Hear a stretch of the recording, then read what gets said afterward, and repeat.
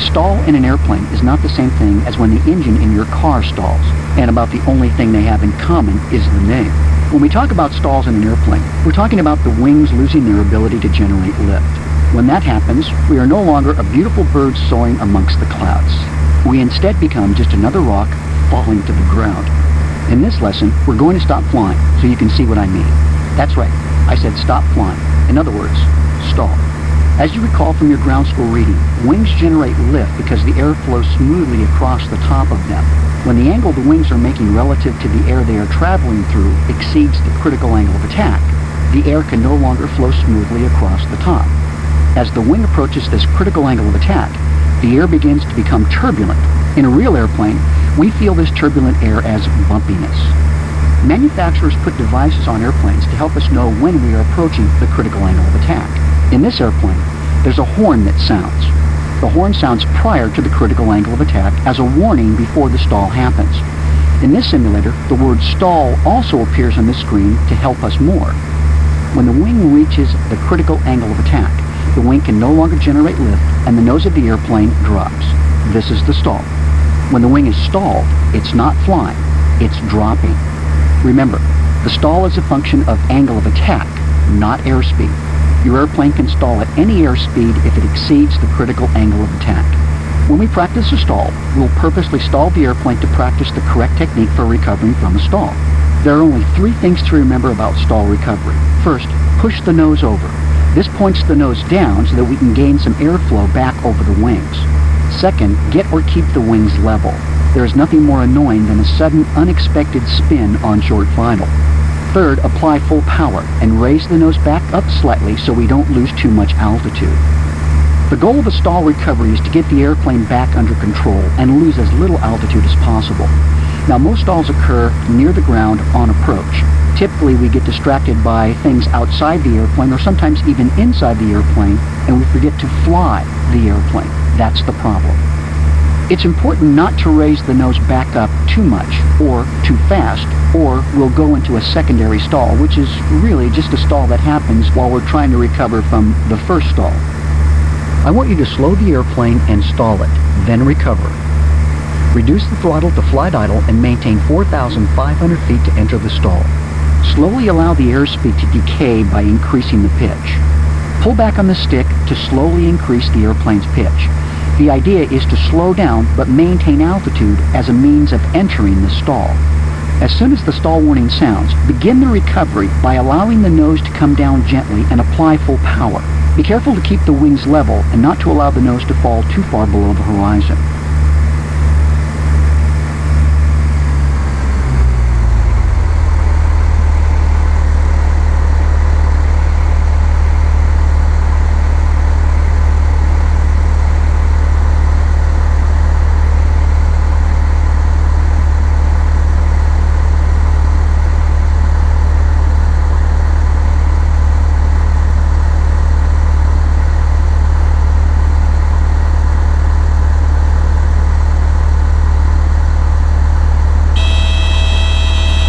There's the stall warning, so let the nose down and apply full power. Now raise the nose above the horizon for just a second to gain a little altitude, then resume straight and level flight.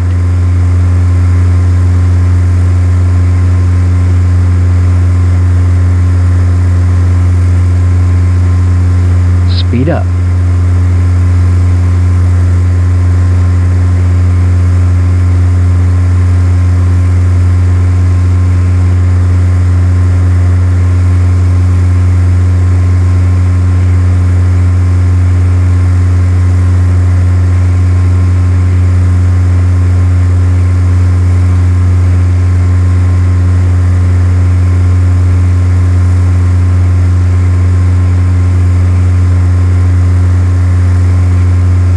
Push forward on the stick.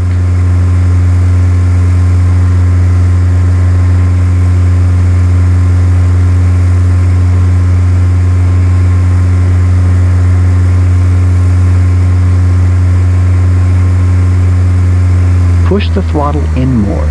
Congratulations, you did your first unassisted stall recovery. What happens if you stall with full power already applied? Let's say that you've just lifted off from an airport and are climbing with full power, as you normally do in an airplane. Suddenly, you find a big bumblebee in the cockpit. You're distracted and forget to fly the airplane as you swat the critter with both hands. Of course, all your flailing in the air means you're not paying attention to the airplane and it stalls. This is known as a departure stall. What do? Simple. Reduce the wing's angle of attack to less than its critical value. Lower the nose to an attitude less than climb attitude. Once the airplane is no longer stalled, you can recover back to climbing attitude. Now don't worry about touching the throttle since full power is already applied. Establish a climb at 75 knots with full power. Make sure you trim for this condition too.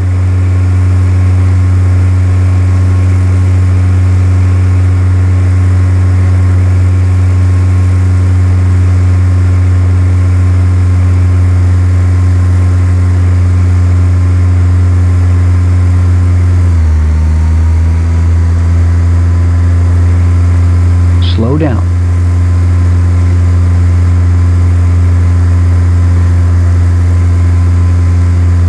Now, gently raise the nose high enough to exceed the critical angle of attack. This simulates the attitude the airplane may default to when you're distracted. You'll know when the airplane stalls because the stall horn activates and the word stall appears. The airplane begins to pitch forward.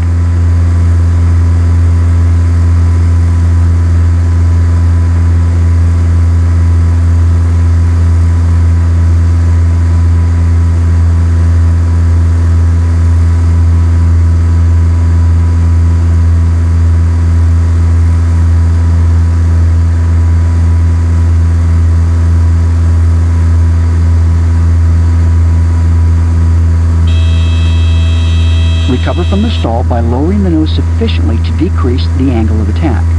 When the airplane is no longer stalled, raise the nose and resume your climb. Be sure to avoid a secondary stall by not raising the nose too fast or raising it beyond the normal climb attitude. There you have it. Remember, pilots must recover from the departure stall by reducing the angle of attack first, then pulling back on the joystick to re-establish the climb. This means they must fight the almost instinctual response to pull the nose up to climb before they reduce the angle of attack first. You must actually go against your natural inclinations and push forward slightly or decrease the back pressure applied to the joystick to reduce the angle of attack to less than its critical value. Simultaneously adding power also helps assist in the stall recovery, unless you're already at full power. Then, and only then, will the airplane recover from a stall, at which point you can select a nose-up pitch attitude and climb. One of the key things to remember about stalls is, if you sense one coming on, an imminent stall, you do the things necessary to prevent a stall from occurring in the first place. This is just common sense. In other words, if you hear the stall horn, which typically activates 5 to 7 knots above a stall, you immediately apply stall recovery procedures. If you understand this point, you understand the most important thing about stalls.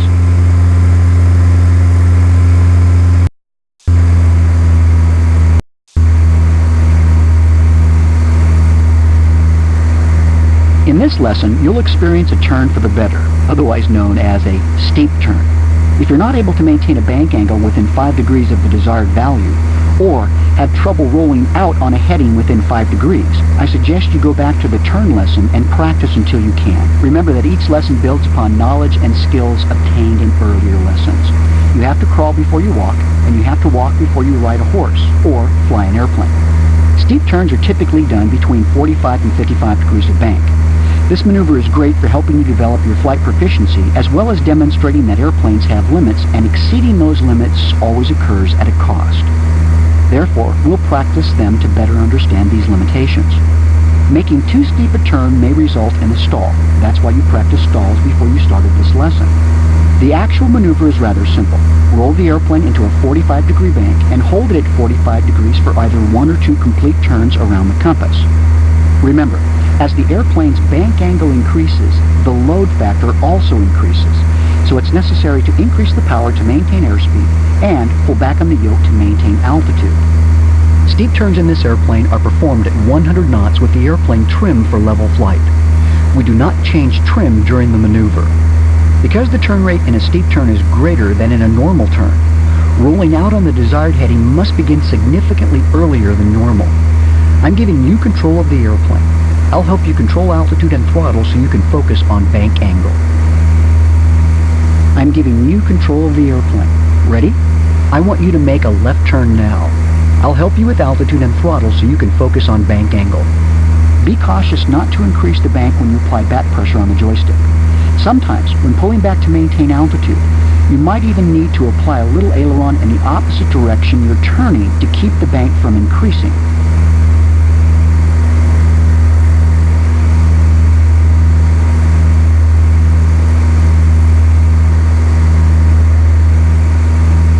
Keep scanning the instruments. Don't become fixated on any one. When your safety pilot, that's me, calls 30 degrees, start rolling the wings level. This is as difficult as rolling into the turn.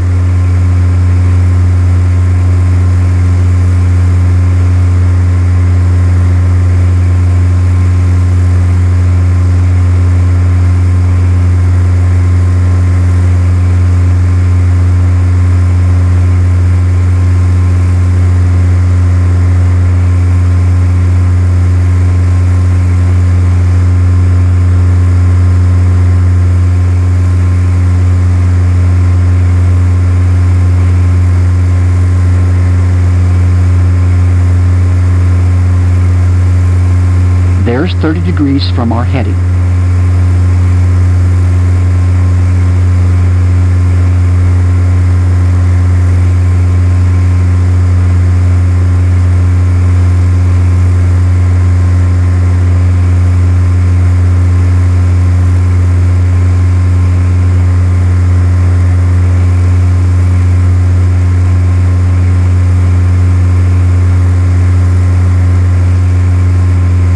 That was very well done. This time, I want you to control everything, including altitude and throttle. So be sure to add a little power to maintain the desired airspeed. If you have the auto rudder turned off, you have to keep the ball in the inclinometer centered using the rudder. Keep scanning the instruments. Don't become fixated on any one. I want you to make a left turn now.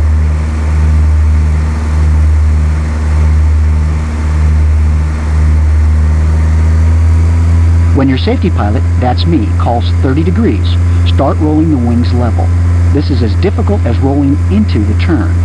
You must reduce power, reduce back pressure, and maintain altitude, airspeed, and find the right heading all at once.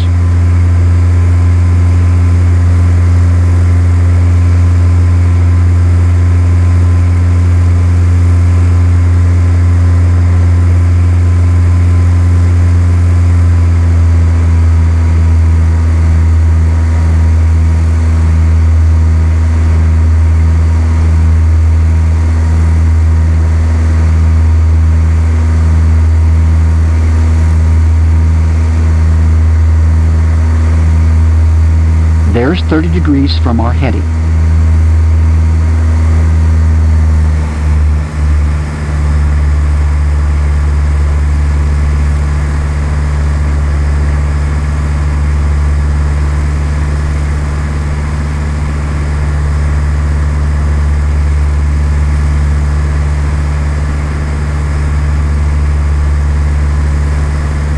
That was very well done. To try that again, press the control and left bracket keys. Otherwise, we'll end this lesson in 20 seconds.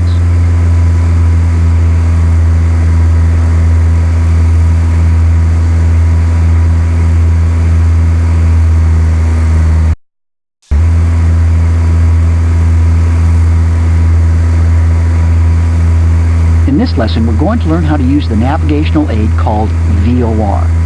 VOR is short for Very High Frequency Omnidirectional Radio Range, which is a mouthful. As you learned in ground school, VORs are radio aids to navigation.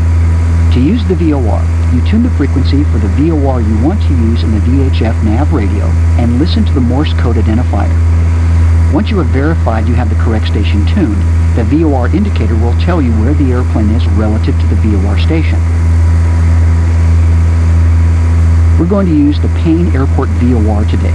It's located in Everett, Washington. That's where they build the 747s, you know. I've already tuned the radio and identified the VOR station for you. You can learn how to do that in the ground school material. We're about 6 miles south of the Payne VOR station. How do I know I'm 6 miles away? Because the Payne VOR also has DME. DME stands for Distance Measuring Equipment. The name kind of says it all, doesn't it? How it works is best described as magic, and what it does is even better. It will tell us our distance from the VOR, our ground speed, and how long it will take us to get there. The DME indicator is on the upper right-hand corner of the instrument panel.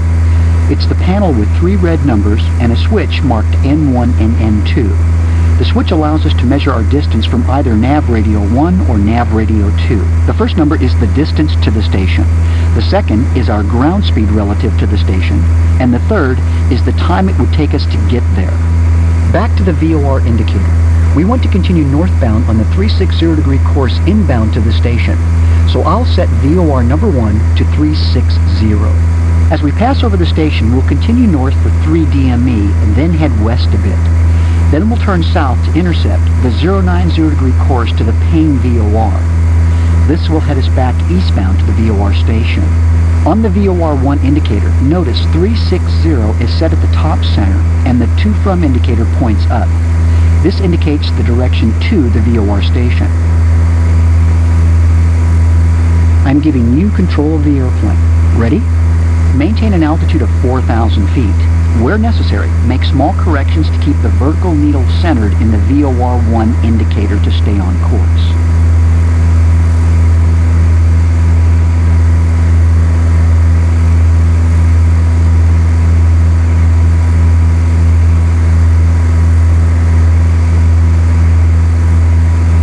Turn left more.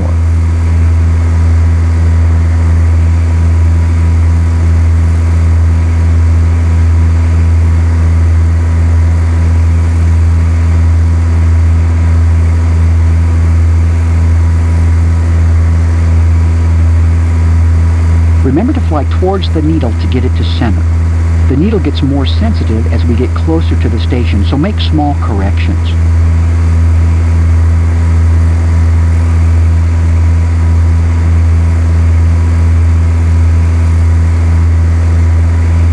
Slow down.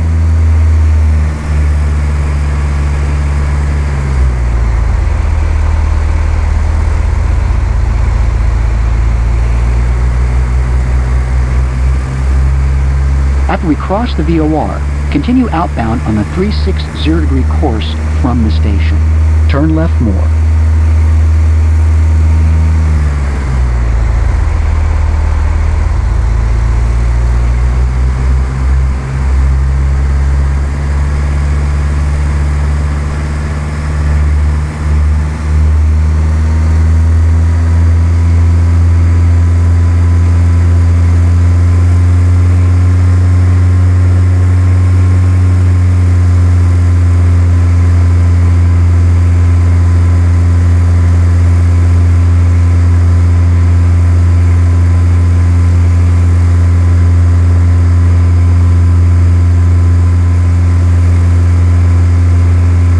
Now that we've passed the station, notice that the indicator still reads 360, but the triangle in the bottom center now points down. This means we're heading outbound from the station on the 360-degree course.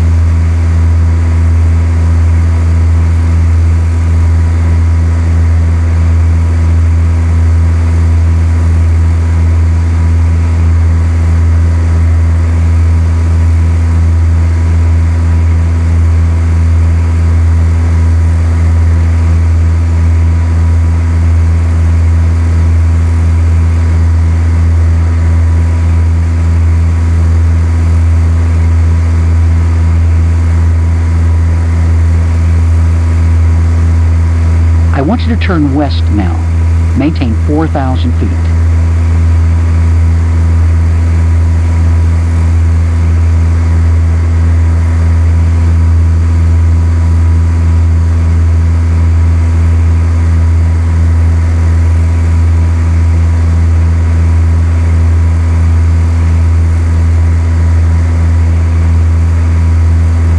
We'll fly on this heading of 270 for a minute or so.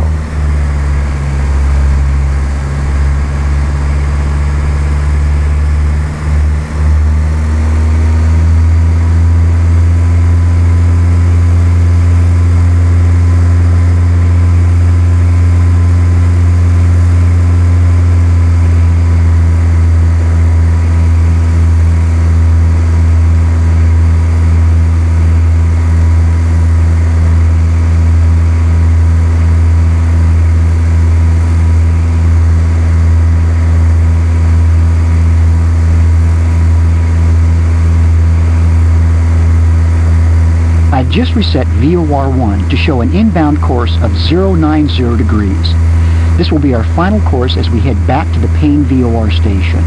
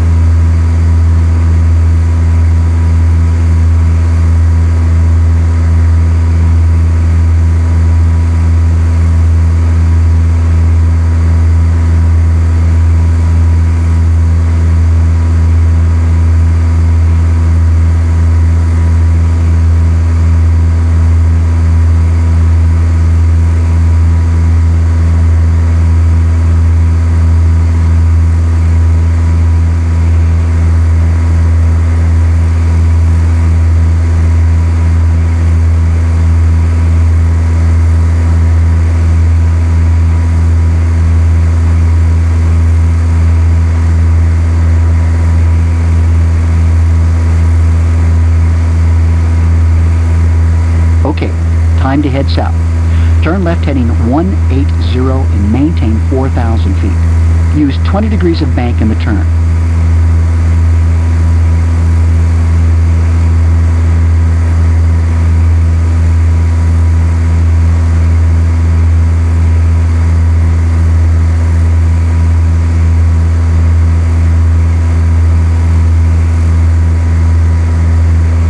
We'll fly this way for another minute or so until we close in on the 090 degree course.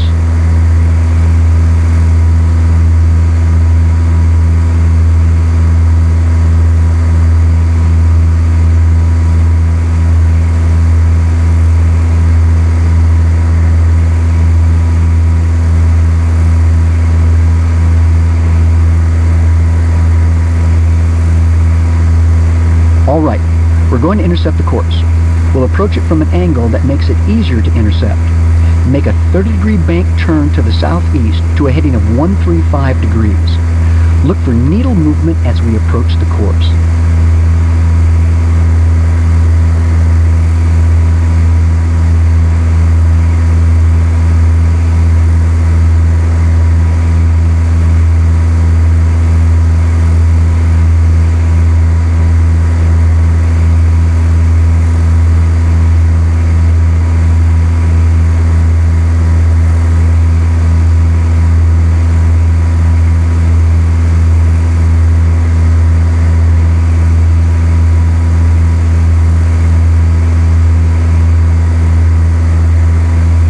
When the needle starts moving toward the center, that's your cue to start turning toward a heading of 090 degrees. This will allow us to track the 090 degree course to the station. Remember, make small corrections of 15 to 30 degrees to center the needle and keep it centered.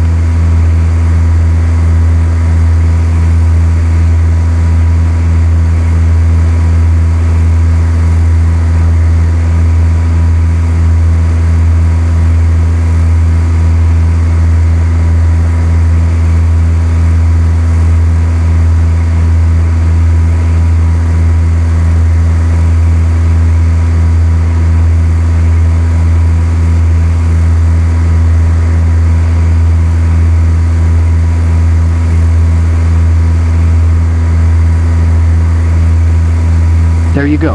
We're now on the 090 degree course heading inbound to the Payne VOR just as we planned. That's it for VORs. You now know how to navigate the highways in the skies.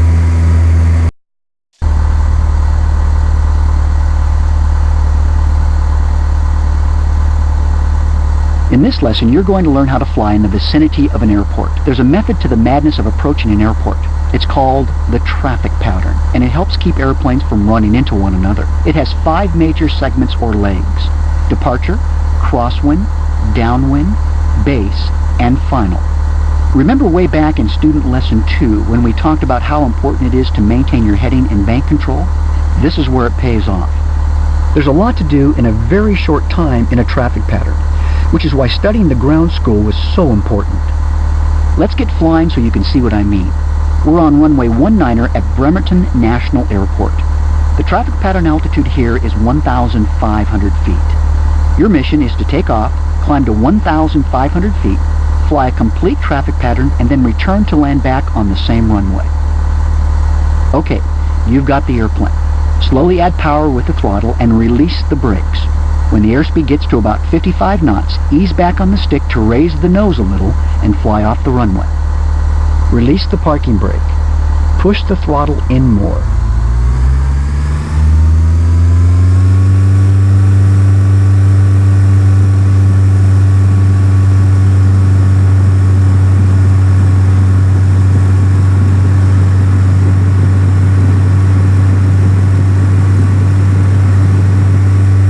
Okay, we're on the departure leg.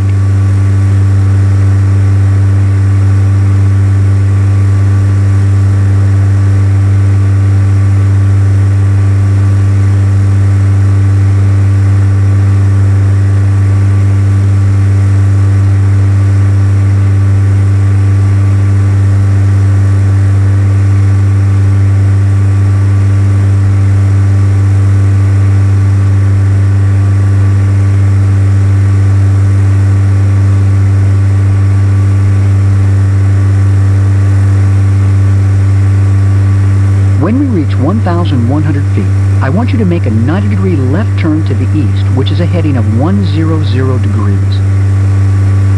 When we reach 1,500 feet, level off and accelerate to about 100 knots.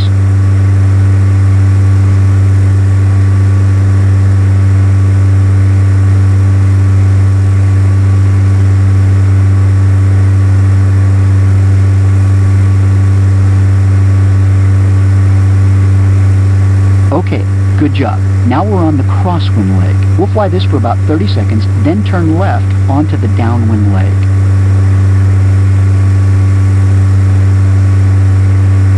When we've reached 100 knots, pull the throttle back to about 2,400 RPM.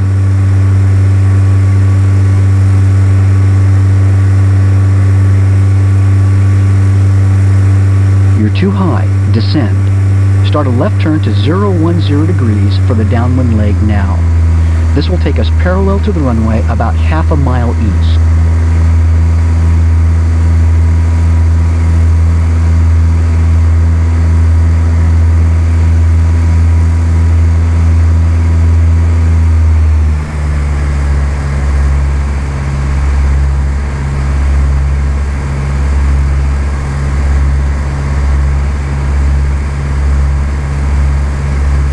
This is the downwind leg. We'll fly it until we're just past the far end of the runway, in fact, about 45 degrees from it.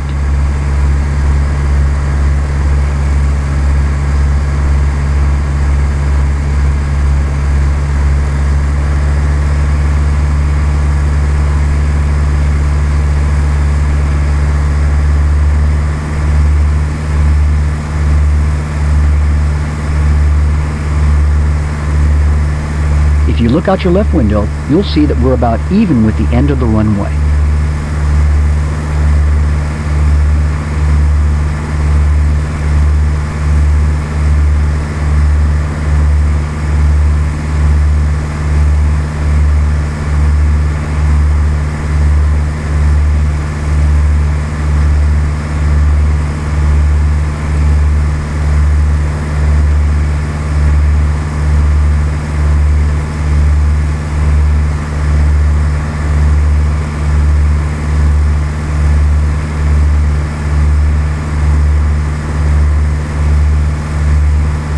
If you look out the left window, you can see that we're about 45 degrees out from the end of the runway.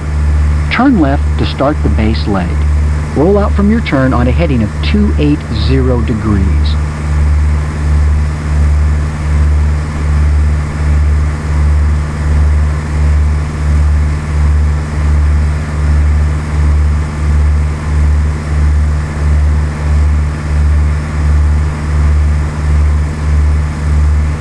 Fly this heading until we're almost even with runway 19er again.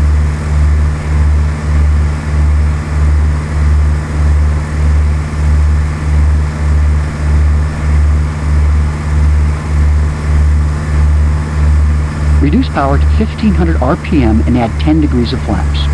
Start a descent of about 500 feet per minute. Turn left to line up with runway 19er.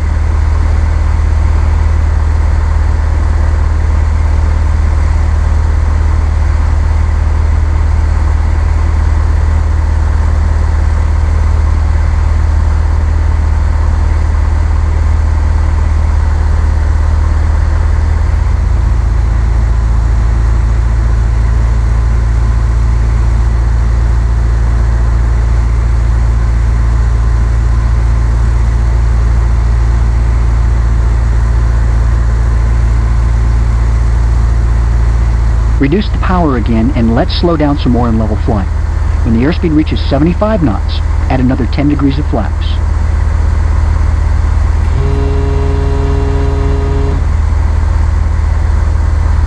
This is the final approach leg. Go ahead and set up for a regular landing. Lower your flaps. You're too high. Reduce power. Don't forget to set the flaps at 30 degrees and remain on the glide slope.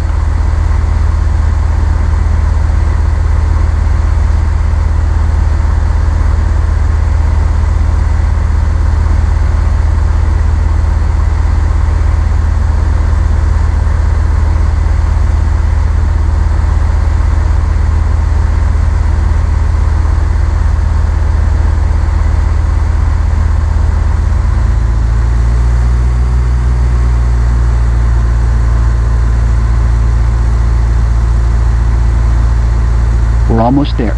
Reduce power to idle, keep the wings level, and hold the nose just a bit above the horizon until touchdown.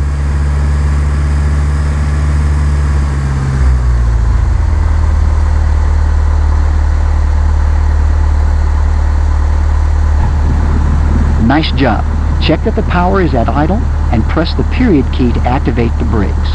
Come to a complete stop on the runway.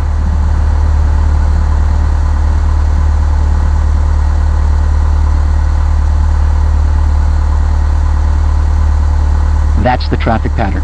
Fun, isn't it? A lot goes on in a short period of time.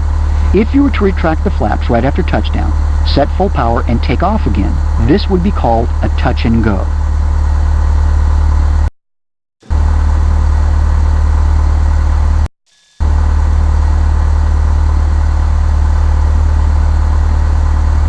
If you're comfortable with flying the airplane, we can spice things up a bit. The air traffic control system will add a lot of realism to your flights. We're sitting in the ramp at Renton Field near Seattle, Washington. In this lesson, we'll taxi, take off, and land at another airport while communicating with air traffic control. Now you've done your homework, right? Press the accent key or the scroll lock key to display the air traffic control window. The air traffic control window appears with a menu of messages. Press accent or scroll lock again and the air traffic control window hides. You can display or hide the window anytime you want. It will automatically appear when messages are sent to you from air traffic control. You know how to display the air traffic control window, so if it's hidden, display it. Note that the first line in the ATC window reads, "Choose an option for Renton ground." Below that, you have two choices in the menu, but I don't want you to choose either of these just yet. A great tool in Flight Simulator that will help you manage the radios is the Auto-Tune feature. Flight Simulator automatically tunes the radios for you. You can also tune the radios manually if you want to, but anytime you select items from the ATC menu that would require a frequency change, the radio will automatically be tuned to the next frequency for you. You can choose menu items by pressing the corresponding number on the top row of the computer keyboard. Today's flight will be made under VFR or visual flight rules, and to get the local weather, we'll listen to the ATIS, otherwise known as Automatic Terminal Information Service at Renton Municipal Airport. In a moment, I want you to tune and listen to the ATIS. By selecting ATIS from the menu, the frequency will be tuned automatically, and that's why the feature is called Auto Tune. The broadcast repeats over and over, so feel free to listen to it until the message makes sense. When you are finished listening to the ATIS, press 1. Go ahead and press 2 on the top row of the keyboard to select Tune Renton ATIS on 126.95.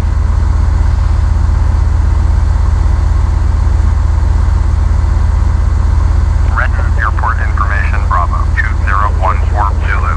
Wind calm. Visibility greater than 20 miles. Sky condition clear. Temperature 152.5. Altimeter 29902.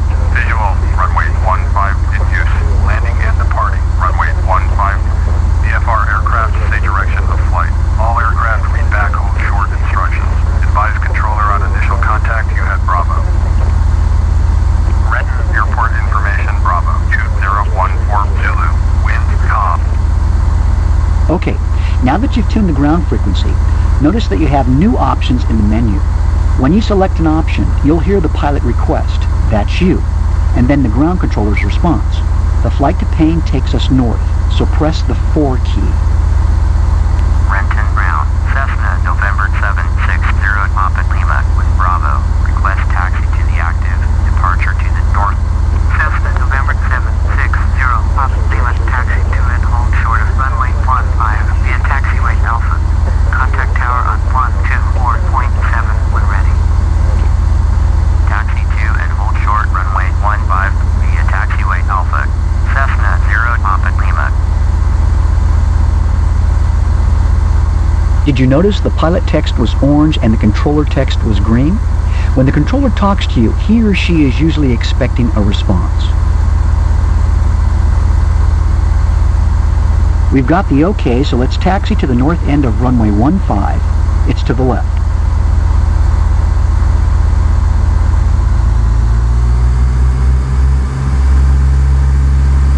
When you get to the runway, stop just short of the runway and select Request Takeoff VFR.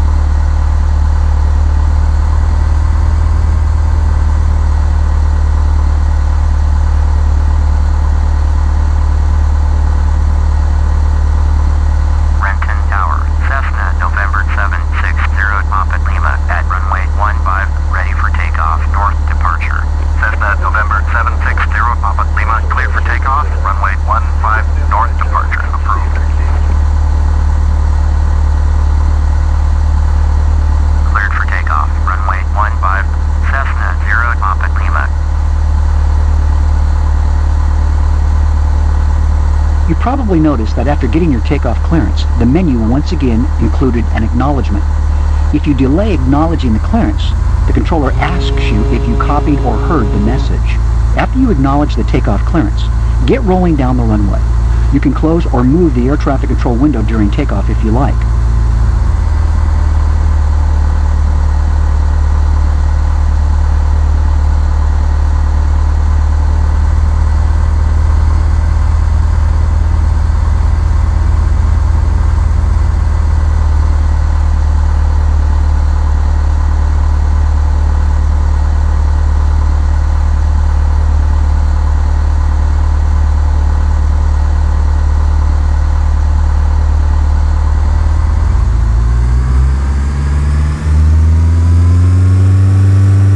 The menu now reads, currently no message to transmit to Renton Tower on 124.7. As soon as you're off the ground, however, you have two messages to choose from. 1. Request touch and go. 2. Request full stop landing.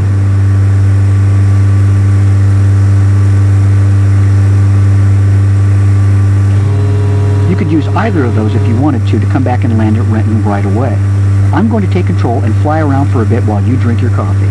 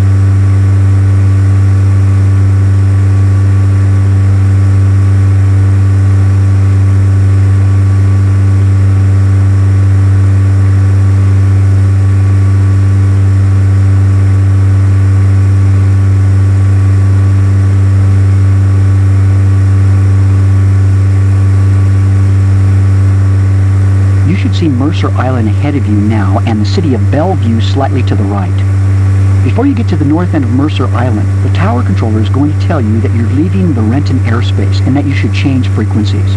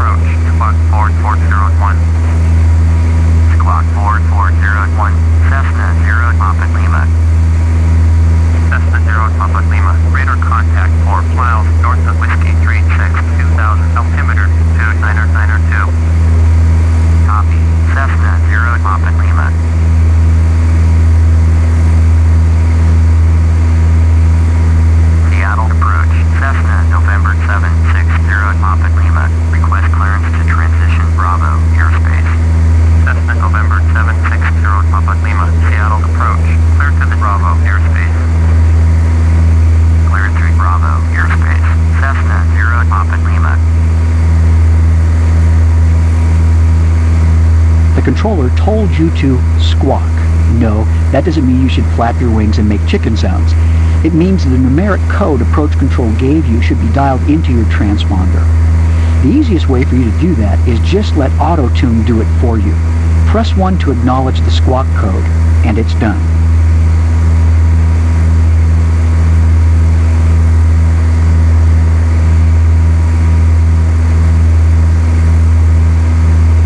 Approach control told us that they can see us on radar and told us where we are. If the location they described was not where we knew ourselves to be, we'd know the controller was looking at the wrong radar target. If you want to hear that message again, select Say Again from the menu. Otherwise, press 1 to acknowledge the radar contact.